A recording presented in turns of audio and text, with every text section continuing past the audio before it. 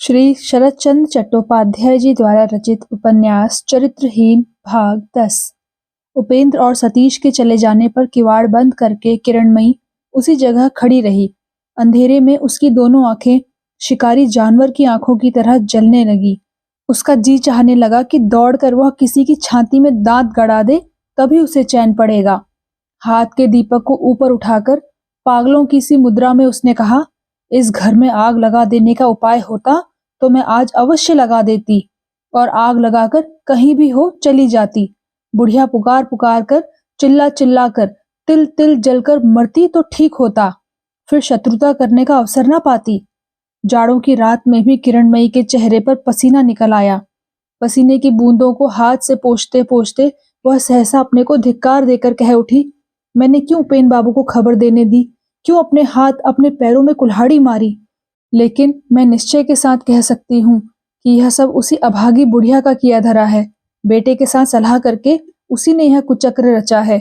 वह जो मालिश की जहरीली दवा है, सबकी सब पिला दे सकती तो शांति होती, लेकिन शैतान बुढ़िया क्या उसे पिएगी। सतीश की बातें बिच्छू के डंक की तरह रह रहकर जलन पैदा करने लगी। इन दोनों नवागंतुकों ने उसके बारे में कुछ अवश्य सुना है, इसमें तो तनिक भी संदेह नहीं, लेकिन कितना और क्या क्या सुना है यह निश्चित रूप से मालूम न होने के कारण वह और भी छटपटाने लगी। उसे माँ बेटे दोनों ने मिलकर समझाया था कि उपेंद्र बहुत अच्छे आदमी हैं, वह आ जाएंगे तो फिर दुख नहीं रहेगा।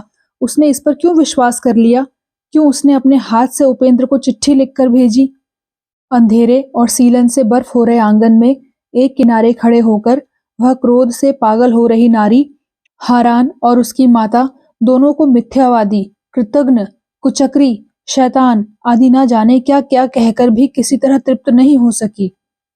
क्रोध और हिंसा की भावना ने उसके हृदय में जो खीज और क्षोभ पैदा किया था, उसका शतांश भी प्रकट करने के शब्द उसे नहीं सूझ पड़ रहे थे। तब वह मन, वाणी, काया से प्रार्थना करने लगी कि इन दोनों अधमरे प्राणियों को सवेरे का मुंह देखना नसीब ना हो। इसी घड़ी यमराज के दूत आकर कहते कहते ही उसका स्वर कांप उठा, कंठ अवरुद्ध हो गया। इस घने अंधकार और भयंकर सन्नाटे के बीच अपने कंठ स्वर के इस यमदूतों के आह्वान ने उसके अपने ही शरीर के रोंगटे खड़े कर दिए। ऊपर की ओर ताकते ही सामने के घर की अंटिया के ऊपर नजर पड़ी। वहां गमले में एक छोटा सा मनसा का पौधा लगा था। उसकी पत्तियों से शून्य काली काली दो शाखाएं किसी भूत के दो काले काले हाथों की तरह उसे बुलाने का इशारा सा कर उठी। उसी घड़ी उसे अंटिया की छत पर जैसे कोई आकृति दिखाई पड़ी। अब किरणमयी और किसी ओर नहीं देख सकी। वह नीचे धरती पर नजर गड़ाए तेजी से अपने घर के ऊपर की मंजिल में चढ़ आई और अपनी सास की कोठरी के किवाड़ फटाक से खोलकर धप्प से एक ओर लेट गई। बीमार सास की तबीयत आज ठीक थी। भूख के मारे उन्हें नींद नहीं आ रही थी। इसी से आंखें मूंदे सवेरा होने की राह देख रही थी। वह चौंक उठी। कौन है? बहू? क्यों, क्या बात है? भैया की तबीयत कैसी है? बहू ने तकिए के ऊपर से सिर उठाए बिना ही कहा, मालूम नहीं, अच्छे ही हैं। सास ने कहा, मालूम नहीं, अच्छे ही हैं, इसके क्या माने? तुम इस तरह क्यों कर रही हो? सास की वाणी में रुलाई का स्वर सुनकर किरण चटपट कह उठी, अच्छे माँ, अच्छे हैं, मैं डर गई हूँ। रोगी संतान के अमंगल की आशंका करके बीमार माता उठकर बैठ गई थी।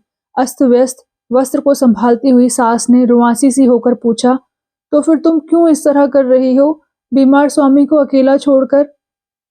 किरण ने सास की धोती के किनारे को पकड़कर खींचते हुए कहा, मुझे डर लग रहा है माँ, कोई काली काली चीज जैसे। पर सास अंत तक पूरी बात सुनने के लिए नहीं रुकी। वह एक झटके से अपना आंचल छुड़ाकर कांपती हुई दौड़कर बाहर निकल गई। तब बहू सास के छोड़े हुए लिहाफ को सिर से पैर तक लपेटकर सो गई। दूसरे दिन सवेरे किरण रसोई घर में बैठी तरकारी काट रही थी। दासी ने आकर खबर दी, डॉक्टर साहब आए हैं। किरण ने ऊपर सिर उठाए बिना ही कहा, आज तो माँ की तबीयत ठीक है, जाकर डॉक्टर से कह दे। दासी को कुछ आश्चर्य सा हुआ। वह कुछ देर तक किरण की ओर ताकते रहकर बोली, वह आकर उसी कोठे में बैठे हुए हैं। दासी की इस बात के विशेष अर्थ और इंगित की ओर तनिक भी ध्यान न देकर किरण ने सहज भाव से कहा, उसकी दवा कोई तो खाता नहीं, फिर मालूम नहीं क्यों आता है, तो अपने काम से जा, वह आप ही चला जाएगा। दासी के लिए यह कोई नई खबर नहीं थी। वह जानती थी कि इस डॉक्टर की दवा का इस्तेमाल नहीं किया जाता, अतएव उससे यह कहने की जरूरत नहीं थी किंतु वह क्यों आता है, यह प्रश्न उसके लिए बिल्कुल नया था। वह विस्मित होकर सोचने लगी, कल संध्या के समय वह यहाँ से घर गई है, इस बीच में एकाएक ऐसी क्या बात हो गई कि इस घर में डॉक्टर के आने की जरूरत नहीं रही। तो भी साहस करके और एक बार उसने कहा, ना लाओ, तरकारी मैं काटे देती हूँ, तुम एक बार हो आओ ना। किरणमयी सहसा अत्यंत रूखे स्वर से कह उठी, तू जा, अपना कुछ कामकाज करना हो तो जाकर कर, देखती हूँ किसी दिन तू रोटी भी कर देना चाहेगी। इस आकस्मिक और अनावश्यक उग्र झिड़की से दासी का मुंह इतना सा हो गया। इस घर में वह बहुत पुरानी ना होने पर भी बिल्कुल नई नहीं थी। इससे पहले भी उसे किरण के इस तरह अकारण उग्र भाव धारण करने का परिचय मिल चुका है, किंतु ठीक इस तरह का क्रोध और खीज उसने कभी नहीं देखी थी। और समय होता तो शायद वह भी बिगड़ खड़ी होती, किंतु आज वह बिगड़ी नहीं। असीम विस्मय से वह अभिभूत और विमूढ़ सी हो गई थी। क्षण भर चुपचाप खड़े रहकर वह धीरे धीरे वहां से हट गई और उस कोठे के दरवाजे पर आकर उसने डॉक्टर से कहा, वह काम में व्यस्त है, इस समय आप जाइए।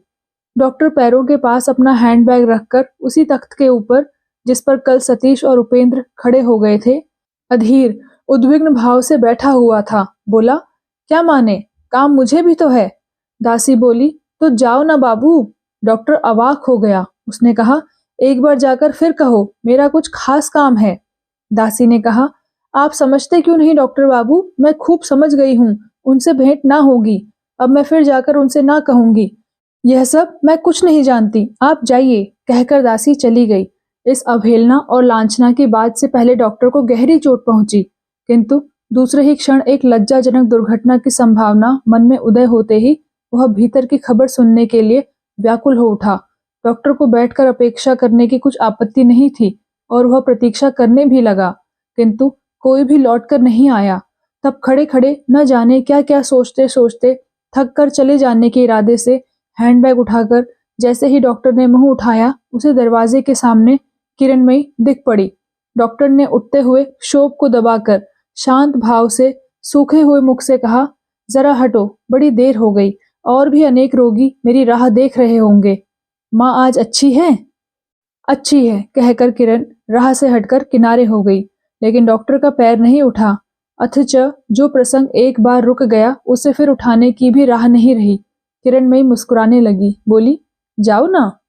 डॉक्टर ने मुंह उठाकर भौहें सिकोड़ कर कहा, तुम क्या समझती हो मैं जाना नहीं जानता?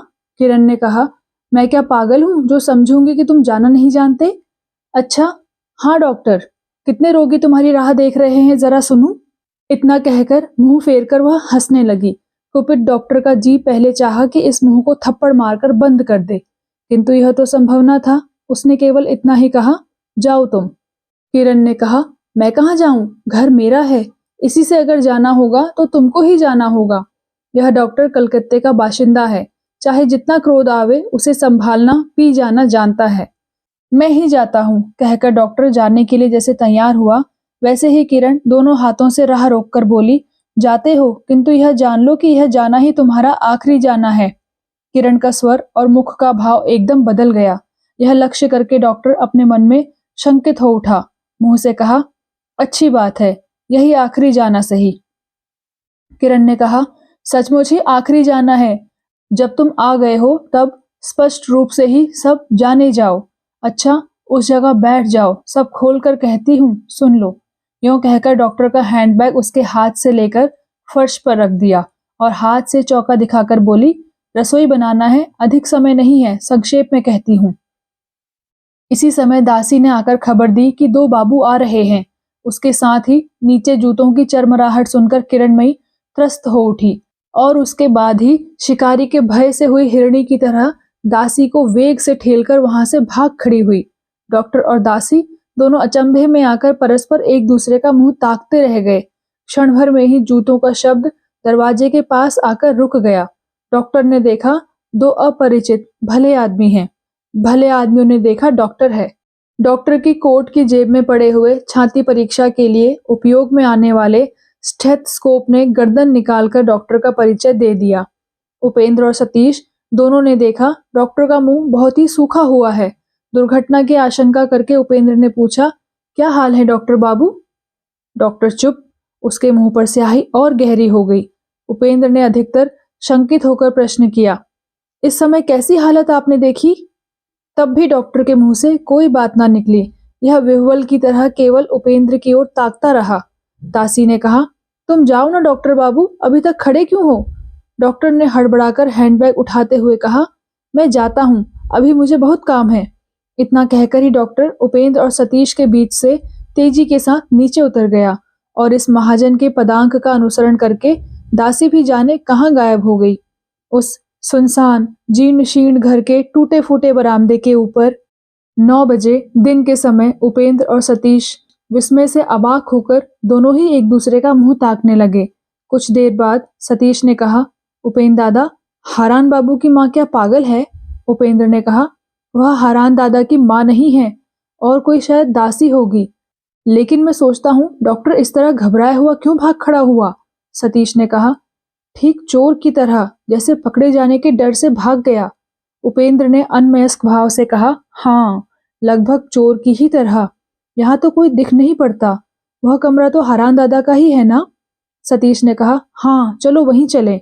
उपेंद्र ने कहा, एकाएक घुसने का साहस नहीं होता।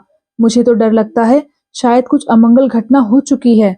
सतीश ने कहा, ऐसा होता तो कोई चिल्लाने और रोने वाला अवश्य होता, ऐसी बात नहीं है। इसी समय दिखाई पड़ा उधर के बरामदे से घूमकर बहू आ रही है। जान पड़ा जैसे अभी अभी वह रो रही थी। आंखें धो पोंछकर उठ आई है। कल दीपक के प्रकाश में जो मुख सुंदर दिखाई दिया था, आज दिन के सूर्य के प्रकाश में स्पष्ट जान पड़ा कि ऐसा सौंदर्य और कभी नजर नहीं आया, किसी जीवित में भी नहीं और किसी चित्र में भी नहीं। बहू ने कहा, आज भी हम लोग प्रस्तुत नहीं थे, सोचा था कल आएंगे।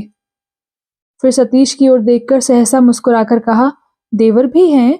आज सतीश ने सिर झुका लिया, कोई चुटकी नहीं ली। उपेंद्र ने पूछा, हरान दादा आज कैसे हैं? बहू ने संक्षेप में उत्तर दिया, वैसे ही हैं, आइए ऊपर चलें। हारान के कमरे में उनकी माता अघोरमयी पलंग पर एक किनारे पुत्र के पास बैठी थी। उपेंद्र के प्रणाम करते ही वह ऊंचे स्वर से रो उठी। हारान ने थके हुए गले से उन्हें मना किया, चुप करो माँ। उपेंद्र कुछ लज्जित होकर एक किनारे बैठ गए। सतीश इधर उधर देखकर मुख को भरसक भारी करके उसी काठ के संदूक पर जाकर बैठ गया जिस पर कल बैठा था। बहू घड़ी भर खड़ी रही। उसके बाद सतीश की ओर बिजली की चमक सी एक तिरछी नजर डालकर बाहर चली गई, जैसे स्पष्ट ही धमका गई कि तुम लोग यह अच्छा नहीं कर रहे हो। सतीश ने तय किया कि वह डॉक्टरी की पढ़ाई नहीं छोड़ेगा। इसी से दूसरे दिन संध्या के समय किसी से भी कुछ न कहकर बिहारी को साथ लेकर चला आया और अपने पुराने डेरे में जाकर उपस्थित हो गया। वह मकान तब तक खाली ही पड़ा था। सतीश ने घर के मालिक से मिलकर उससे 6 महीने का कॉन्ट्रैक्ट कर लिया। फिर पास ही के हिंदू आश्रम नामक होटल में जाकर पता लगाकर एक पाचक भी ठीक कर लिया और खुशी खुशी बाहर निकला। बिहारी से सतीश ने कहा, हम कल ही चले आवेंगे, ठीक है ना बिहारी? बिहारी ने अपनी सहमति जताई। राह चलते चलते सतीश ने कहा, काम अच्छा नहीं हुआ बिहारी, चाहे जो हो, उसने मेरी बहुत सेवा की है। इसके सिवा अगर सोचा जाए तो मानना पड़ेगा कि मेरे ही लिए उसकी वह मेस की चाकरी गई। एक बार जरा उसकी खबर लेनी चाहिए। बिहारी समझ गया किसकी बात हो रही है। वह चुप रहा। सतीश कहता ही गया, चाहे कोई भी हो, राह का भिखारी ही क्यों ना हो, विपत्ति में पड़ा हो तो उसे देखना चाहिए, उसकी खबर लेनी चाहिए, नहीं तो यह मनुष्य का जन्म ही वृथा है। लेकिन मैं उन लोगों के घर में पैर न रखूंगा, गली में भी ना घुसूंगा, मोड़ के ऊपर खड़ा रहूंगा। तू जाकर यह जान आना कि वह कष्ट में है या नहीं। कष्ट में तो निश्चय ही है, यह मैं स्पष्ट देख पा रहा हूँ, इसलिए किसी तरह कुछ दे आना होगा। बिहारी चुपचाप पीछे पीछे चला जा रहा था। सतीश ने फिर कहा, लेकिन मुझसे वह सब बातें नहीं कहेगी, मगर तुझसे कुछ नहीं छिपावेगी, समझा बिहारी? बिहारी ने फिर भी कुछ नहीं कहा। सावित्री जिस गली में रहती थी उसके मोड़ पर आकर सतीश खड़ा हो गया। बोला, देख, ज्यादा देर ना लगाना। बिहारी ने गली के भीतर प्रवेश किया। सतीश वहीं इधर उधर टहलने लगा। वहां से दूर जाने का साहस नहीं किया, कहीं नासमझ बिहारी उसे देख ना पाकर और कहीं ना चला जाए। लगभग 10 मिनट के बाद ही बिहारी लौट आया। बोला, वह नहीं है। सतीश ने उत्सुक होकर प्रश्न किया, कब लौटेगी? बिहारी ने कहा, वह अब नहीं आएगी, 6 महीने हो गए, वह किसी दिन नहीं आई। सतीश रोशनी के खंभे से टिककर गरज कर बोला, झूठ, बिल्कुल झूठ, तुझे चकमा दिया गया है। बिहारी ने भी जोर देकर सिर हिलाकर कहा, मुझे किसी ने चकमा नहीं दिया, सचमुच ही अब नहीं आती, सचमुच वह घर छोड़कर चली गई है। सतीश ने पूछा, उसके घर का सामान? बिहारी ने कहा, पड़ा हुआ है। सामान है ही क्या और कितना है बाबू, जो उसकी ममता और चिंता हो? सतीश ने बिगड़ कर कहा, वह ऐसी कौन मालदार है जो सामान की उसे चिंता ना हो? तो निरा मूर्ख है, इसी से यह समझकर चला आया कि अब नहीं आती। यह भी कहीं हो सकता है बिहारी, एक आदमी लापता हो गया और किसी ने उसकी खबर नहीं ली। मैं पुलिस में रिपोर्ट करूंगा। बिहारी सिर झुकाए चुपके खड़ा रहा। सतीश ने कहा, मोक्षता क्या कहती है नहीं जानती? मुझे विश्वास नहीं होता, वह निश्चय ही जानती है। मैं उसके पास जाता हूँ। बिहारी व्यग्र हो उठा, बोला, आप ना जाइएगा बाबू। सतीश ने कहा, क्यों ना जाऊं? क्यों वे लोग छिपाते हैं? मैं क्या किसी को खा जाने के लिए आया हूँ जो मुझसे लुका चोरी की जा रही है? मैं तुझसे कहता हूँ, जिस तरह होगा मैं यह जान लूंगा कि वह कहाँ है। बिहारी डर गया, बोला, उसकी मौसी का कसूर नहीं है बाबू। सावित्री अपनी इच्छा से घर छोड़ गई, लड़ झगड़ कर गई है, पर किसी को बताकर नहीं गई। सतीश ने धमकाया, फिर भी तू यही कहे जा रहा है कि बताकर नहीं गई? बताकर गई है, निश्चय ही बताकर गई है। बिहारी ने सिर हिलाकर कहा, जी नहीं, बताकर नहीं गई, लेकिन वह शहर में ही है। सतीश ने कहा, किस जगह गई है? गधे की तरह मुंह बाए क्या देख रहा है बिहारी? क्या हुआ, सच सच बता। क्षण भर स्थिर रहकर ना जाने क्या सोचकर बिहारी ने कहा, आपको दुख होता इसी से, नहीं तो सब बातें सभी जानते हैं, मैं भी जानता हूँ। सतीश अधीर हो उठा, बोला, क्या जानता है, बता ना। बिहारी फिर चुप रहा। सतीश लगभग चिल्लाकर कह उठा, तेरे पैरों पड़ता हूँ हरामजादे, जल्दी बतला। बिहारी तत्क्षण जमीन पर सिर रखकर प्रणाम करके सतीश के जूतों की धूल माथे से लगाकर रुआंसा होकर बोला, बाबू मुझे नरक में न डालिए, जरा आड़ में चलिए, कहता हूँ। यों कहकर अंधेरी गली के भीतर घुसकर एक किनारे खड़ा हो गया। सतीश ने सामने खड़े होकर पूछा, क्या है, बता। बिहारी ने थूक घूंट कर कहा, सावित्री की मौसी ने तो कहा है कि वह आपके पास है, लेकिन मैं जानता हूं कि यह सच नहीं है। सतीश ने अस्थिर होकर कहा, तू बड़ा पंडित है, यह तो मैं भी जानता हूं, इसके अलावा क्या है, बता। बिहारी ने कहा, जरा सब्र कीजिए, कहता हूं। कहकर बिहारी ने और एक बात अच्छी तरह थूक घूंट कर कहा, मुझे पूरी तौर से आशा है कि। सतीश ने बेसब्री के साथ कहा, क्या आशा है रे? बिहारी ने जान पर खेल कर कह डाला, वह वहीं गई है, उन्हीं विपिन बाबू के पास। सतीश ने कहा, कौन विपिन? वही विपिन। बिहारी ने कहा, वही।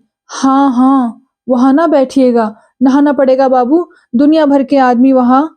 सतीश ने इस बात को सुना ही नहीं। उधर की दीवार पर पीठ टिकाकर सीधे बैठकर सूखे और भर्राए हुए गले से पूछा, तो फिर उसकी मौसी ने क्यों यह ख्याल किया कि वह मेरे पास है? बिहारी ने कहा, सावित्री ने उस दिन अपमान करके विपिन बाबू को अपने घर से निकाल दिया था।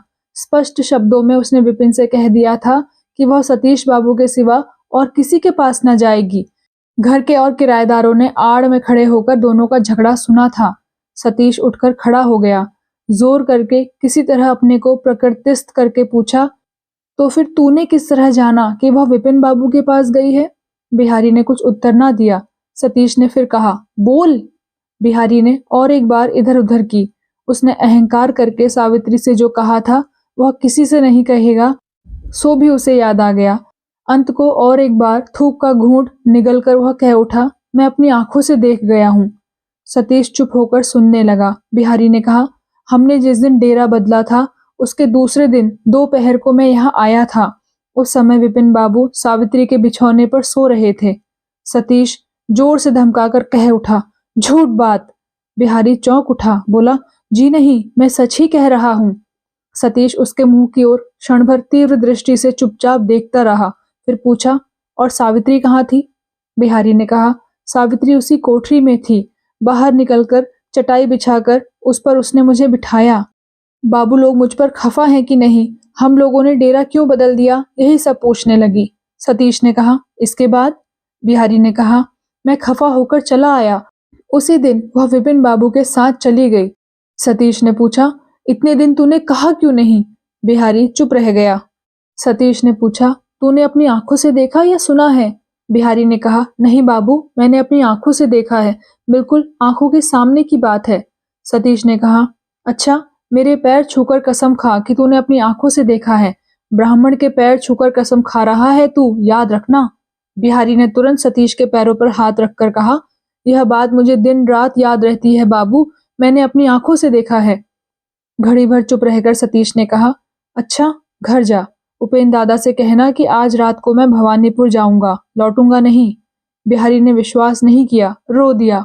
सतीश ने विस्मित होकर कहा, यह क्या है रे, रोता क्यों है? बिहारी ने आंखें पोंछते पोंछते कहा, बाबूजी, मैं आपके लड़के के बराबर हूँ, मुझसे छिपाइएगा नहीं, मैं भी साथ चलूंगा। सतीश ने पूछा, क्यों? बिहारी ने कहा, बूढ़ा मैं जरूर हो गया हूँ, लेकिन जाति का ग्वाला हूँ। एक लाठी हाथ में पा जाऊं तो 5-6 आदमियों से मोहरा ले सकता हूँ। हम लोग दंगा करना भी जानते हैं और दरकार हो तो मरना भी जानते हैं। सतीश ने शांत भाव से कहा, मैं क्या दंगा करने या किसी से लड़ने भिड़ने जा रहा हूँ? बिहारी क्षण भर सतीश के मुंह की ओर एकटक ताकता रहा, फिर बोला, तो मैं लौट जाऊं? जा, कहकर सतीश चला गया। बिहारी आंसू पोंछते पोंछते बहुत देर खड़े रहकर लौट गया। बिहारी जिधर गया उससे उल्टी राह पकड़कर सतीश सीधा किले के मैदान की तरफ तेजी के साथ चल दिया। कहाँ जाएगा यह कुछ ठीक नहीं था, किंतु शीघ्र ही उसे कहीं जाना होगा। इसका प्रधान कारण यह था कि वह निसंशय होकर यह अनुभव कर रहा था कि उसके मुंह के ऊपर एक प्रकार का भयंकर परिवर्तन हो गया है। वह परिवर्तन किसी परिचित व्यक्ति के सामने उपस्थित करना ठीक ना होगा, वह डर जाएगा। मैदान के एकांत हिस्से में वृक्ष के नीचे एक बेंच पड़ी थी। सतीश उसके ऊपर जाकर बैठ गया और वहां सन्नाटा देखकर उसे आराम मालूम हुआ। सतीश ने यह स्वयं सिद्ध सा मान लिया था कि सावित्री किसी भारी विपत्ति में पड़ गई है। अंधेरे में वृक्ष के नीचे बैठकर अब वह उसका उपाय खोजने लगा। पहले ही उसके मुख से निकला, क्या किया जाए? यह प्रश्न कुछ देर तक उसके कानों के भीतर अर्थहीन प्रलाप की तरह गूंजता रहा। अंत में उसे अपने अंतःकरण से उत्तर मिला, कुछ भी नहीं किया जा सकता। सतीश ने अपने मन से प्रश्न किया, सावित्री ने ऐसा क्यों किया?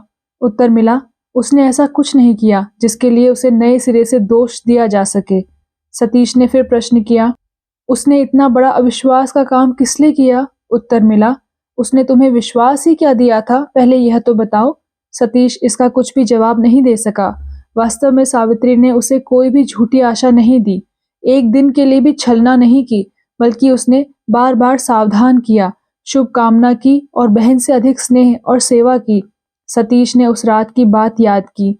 उस दिन सावित्री ने दयालु चिकित्सक की तरह निष्ठुर होकर ही उसे अपने घर से विदा करके बचाया था। कौन ऐसा कर सकता था? कौन अपनी छाती पर बर्छी की चोट सहकर उसे अक्षत रखता? सतीश की पलकें अश्रुजल से भीग गई, लेकिन उसके इस संशय ने किसी तरह नहीं मिटना चाहा कि इस प्रश्न और उत्तर के सिलसिले में कहीं कोई गलती रही जा रही है। सतीश ने फिर प्रश्न किया, लेकिन मैंने उसे प्यार किया है। उत्तर मिला, क्यों प्यार किया? क्यों जानबूझकर कीचड़ में पैर डाला? सतीश ने प्रत्युत्तर में कहा, यह मैं नहीं जानता। कमल का फूल लेने के लिए जाने पर भी तो पैरों में कीचड़ लग जाता है। इसका जवाब मिला, यह तो पुरानी उपमा है, अब काम नहीं आती। मनुष्य घर आते समय कीचड़ धोकर कमल का फूल ले आता है।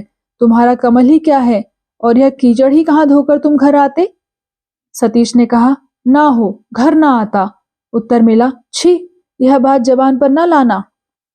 इसके बाद कुछ देर तक वह स्तब्ध होकर तारागण से भरे हुए आकाश की ओर ताकता रहा। फिर एकाएक कह उठा, मैंने तो उसकी आशा ही छोड़ दी थी, उसे पाना भी नहीं चाहता था, किंतु प्रश्न यह है कि उसने इस तरह मेरा अपमान क्यों किया?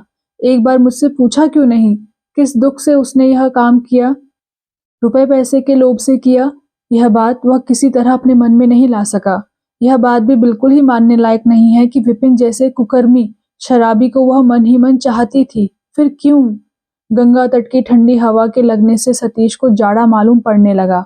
वह सिर से पैर तक ऊनी चादर ओढ़कर उसी बेंच पर लेट गया। वैसे ही उसके मानस पटल में सावित्री का चेहरा उज्जवल रूप से स्पष्ट हो उठा। उस मुख पर पतिता नारी की तो कोई कालिमा नहीं नजर आती। वह गर्व से दीप्त, बुद्धि से स्थिर, स्नेह से स्निग्ध, परिपक्व, यौवन के भार से गंभीर, अथच रस से भरा और लीला विलास से चंचल है। वह मुख, वह हंसी, वह दृष्टि, वह संयत परिहास, सबसे बढ़कर उसकी वह सच्ची सेवा जिसमें बनावट का लेश नहीं। अपनी इतनी जिंदगी में सतीश ने ऐसा यह सब उसने कहाँ और कब पाया था? राख से ढकी हुई आग की तरह उसके ऊपरी आवरण से खेलने के भीतर से जो आग निकल पड़ी है, उसके दाह से वह किस तरह किस ओर भागकर छुटकारा पाएगा और छुटकारा पाकर ही क्या होगा? सतीश की दोनों आंखों से झरझर आंसू झरने लगे। उसने इन आंसुओं को रोकना नहीं चाहा, उनको पोंछ डालने की भी उसकी इच्छा नहीं हुई। इस परम और चरम दुख के भीतर पहले पहल यह उपलब्धि करके कि आंसू इतने मधुर हैं, आंसुओं में इतना रस है, उसे सुख मिला, जिसको उपलक्ष्य करके वह इतने बड़े सुख का स्वाद अपने जीवन में यह पहले पहल पा सका, उसके लिए अकस्मात दोनों हाथ जोड़कर नक्षत्र मंडित और दिशाओं के छोर तक फैले हुए आकाश की ओर दोनों आंसू भरे नेत्र जमाकर उसने बारंबार नमस्कार किया। सतीश और चाहे जो हो, इन बातों पर निसंशय होकर विश्वास करता था कि भगवान हैं, उन्हें धोखा नहीं दिया जा सकता। छोटे बड़े सभी को एक दिन उनके आगे जवाबदेही करनी पड़ती है। वह आंखें पोंछकर उठ बैठा और मन ही मन बोला, भगवान, कोई नहीं कह सकता कि तुम कब किसके हाथ से किसके पास क्या भेज देते हो। आज तुम्हारे ही हुक्म से सावित्री दाता है और मैं लेने वाला भिक्षुक हूँ। इसी से वह अच्छी हो या बुरी, उसके विचार का भार और चाहे जिसके ऊपर इच्छानुसार डालो ईश्वर, किंतु उस विचार का भार इस भिक्षुक के ऊपर न डालना, यही मेरी प्रार्थना है। मेरे हृदय से सब जलन, सब विद्वेष हटा दो, मिटा दो। जो आदमी दाता की तरह ही चुपचाप देकर दूर हट गया है, कोई भी उसके दान को नहीं जान सकता। उसके विरुद्ध होकर मैं कृतज्ञ ना बनूं। सतीश फिर बेंच के ऊपर लेट गया। किले की घड़ी में 2 बज गए। उसकी थकी हुई आंखें धीरे धीरे शिथिल होने लगी। तंद्रा की झोंक में एक बार वह कह उठा, ना, कुछ भी नहीं। आज से केवल यही प्रार्थना करूंगा, वह अच्छी रहे, सुख से रहे। इसके बाद ही वह थोड़ी देर में सो गया। उधर ज्योतिष साहब के घर में संध्या के बाद बैठक में सरोजिनी, ज्योतिष, उपेंद्र और एक और भी मंझोले आकार के मूछ दाढ़ी सफाचट गोल गेंद जैसे सख्त समर्थ सज्जन बैठे थे। उनका नाम शशांक मोहन है। विलायत हो आए हैं, अतएव साहब हैं। थोड़े दिनों में सरोजिनी की ओर आकृष्ट हुए हैं और इस बात को प्रकट करने के लिए प्राण प्रण से चेष्टा कर रहे हैं। इनकी यह कोशिश कहाँ तक सफलता की ओर आगे बढ़ रही है, इसे केवल विधाता ही जानते हैं। आज सतीश का प्रसंग उठा था। उपेंद्र ने सतीश के असाधारण बल और अद्भुत साहस का इतिहास समाप्त करके उसके अपूर्व मधुर स्वर और उससे भी अधिक अपूर्व शिक्षा की बात चलाई थी।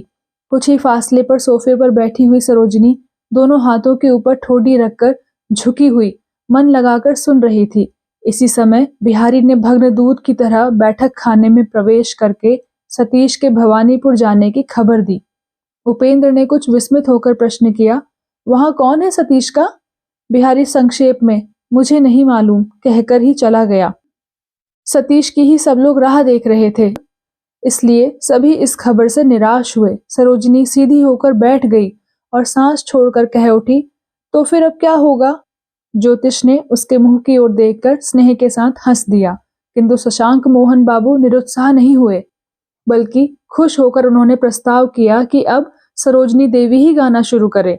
संगीत को वह कितना समझते थे और उससे कितना आनंद प्राप्त कर सकने की क्षमता उनमें थी, यह वही जानते थे।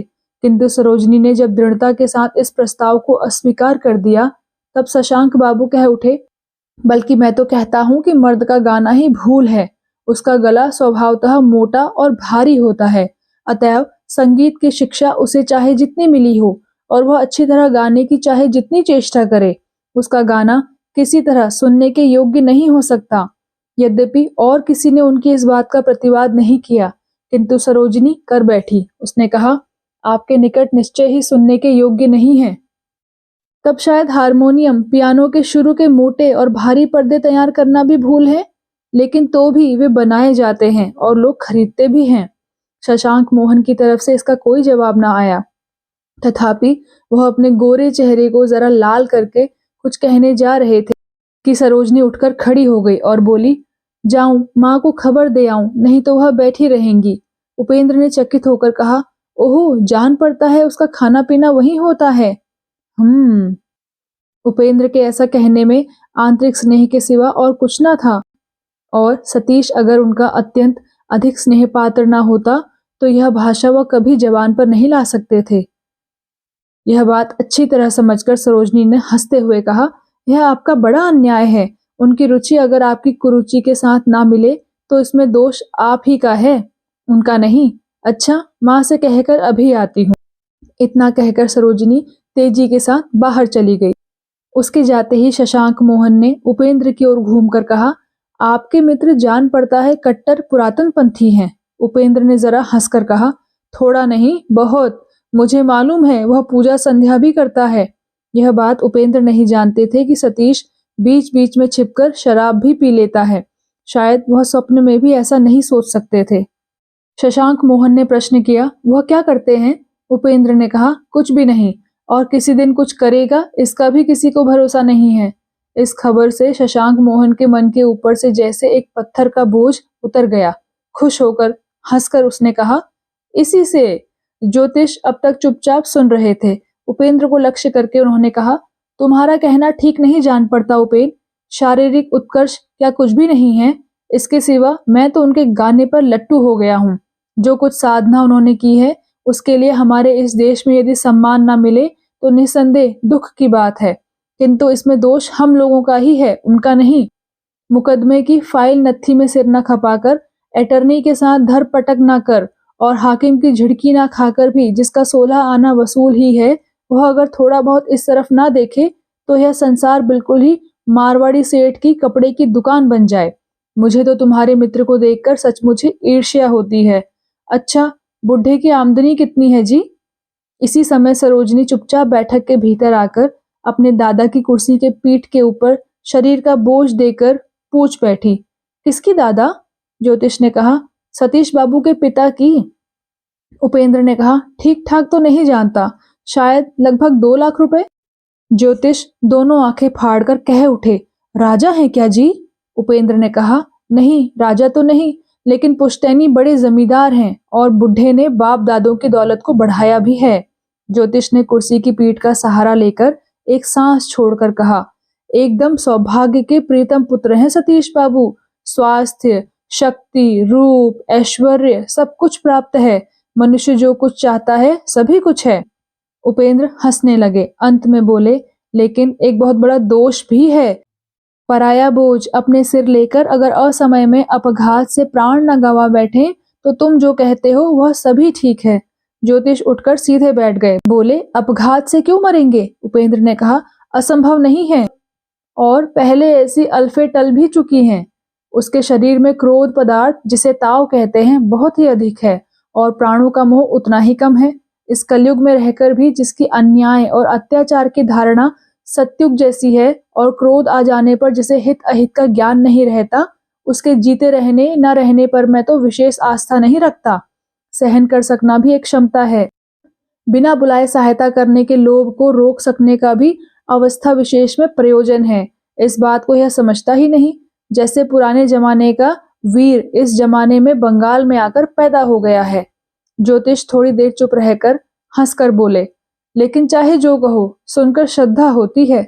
उपेंद्र ने कहा, नहीं भी होती। संसार में रहकर अनेक छोटी मोटी बुराइयों पर ध्यान न देना चाहिए। यह उसने आज भी नहीं सीखा, और नहीं जानता किसी दिन सीख पावेगा या नहीं। किंतु अगर नहीं सीखा तो अंत में उसका फल मीठा ना होगा, उसके लिए और उसके आत्मीय स्वजनों और मित्रों के लिए भी। ज्योतिष ने कहा, लेकिन तुम तो उनके आत्मीय मित्र हो, तुम क्यों नहीं सिखाते? उपेंद्र के मुख पर हंसी झलक आई। उन्होंने कहा, मैं उसका मित्र अवश्य हूँ, लेकिन यह सिखाने का भार तो ऐसे मित्र के ऊपर नहीं है जो सब मित्रों से बड़ा आत्मीय होगा। यह विद्या शायद वही सिखावेगा, नहीं तो उसे सदा अशिक्षित ही रहना पड़ेगा। सरोजिनी अब स्थिर होकर चुपचाप सब सुन रही थी। अब मुंह फेरकर जान पड़ता है आई हुई हंसी को उसने छिपा लिया। उपेंद्र ने सहसा कहा, सतीश की बातें आज यहीं तक, मैं अब उठूंगा क्योंकि मुझे अभी 2-1 चिट्ठियां लिखनी हैं। ज्योतिष बैरिस्टर हैं, उन्हें भी कुछ जरूरी कागज पत्र देखना था, इससे उठना चाहते थे, किंतु सबके पहले उठ बैठी सरोजिनी। एक बार जान पड़ा जैसे उसने उपेंद्र से कोई बात कहनी चाहिए, लेकिन अंत में कुछ भी नहीं कहा। जाते समय किसी को एक छोटा सा नमस्कार तक नहीं किया। अनमयस्क की तरह चुपचाप धीरे धीरे चली गई। आज की बैठक जैसी जमने की बात थी वैसी जमी नहीं, लेकिन समाप्त और भी बुरी तरह हुई। उपेंद्र कुछ भी नहीं जानते, उन्होंने कुछ भी नहीं जाना।